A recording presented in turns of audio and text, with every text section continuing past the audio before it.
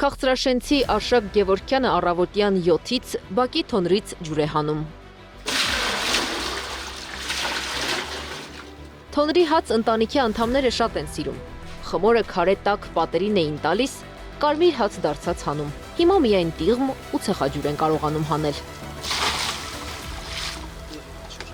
Տան ներքնահարկում ջրի տակ մնացին հորած պանիրը, պահածոները, մայրը հավելում է, կարտոֆիլն էլ։ Տիղմի մեջ են գոմն ու առաջին հարկը։ Նման աղետ երբևէ չեն տեսել։ Մի քանի օր առաջ էլ կարկուտը ջարդու փշուր արեց։ Սա հեսա տակը։ Դա հեճիկ չէր։ Հիմա էլ ջրհեղեղը տեղ ունեցավ։ Տաներով անով լցված է, կողի մենակի մեջ էլ։ 6 հոգանոց ընտանիքն Արշակը հողագործությամբ է պահում։ Արևածագն այգում է դիմավորում ու ճանապարհում, տքնաջան աշխատում։ Այս տարի աշխատանքը հեղեղը տարավ։ Խղճում եմ ես գյուղի բոլոր այս տարիքի ջահելներին։ Տանջվում են ու արդյունք չկա։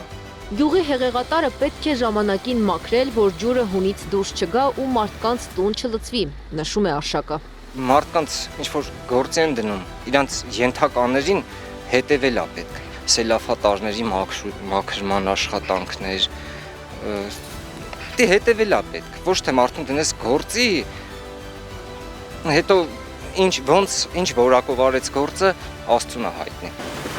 Վարչական ղեկավարի խոսքով մայիսի առաջին կարկուտից հետո հանձնաժողով է ձևավորվել։ Կարիքների գնահատում են անցկացնելու, որն էլ ներկայացնելու են կառավարությանը։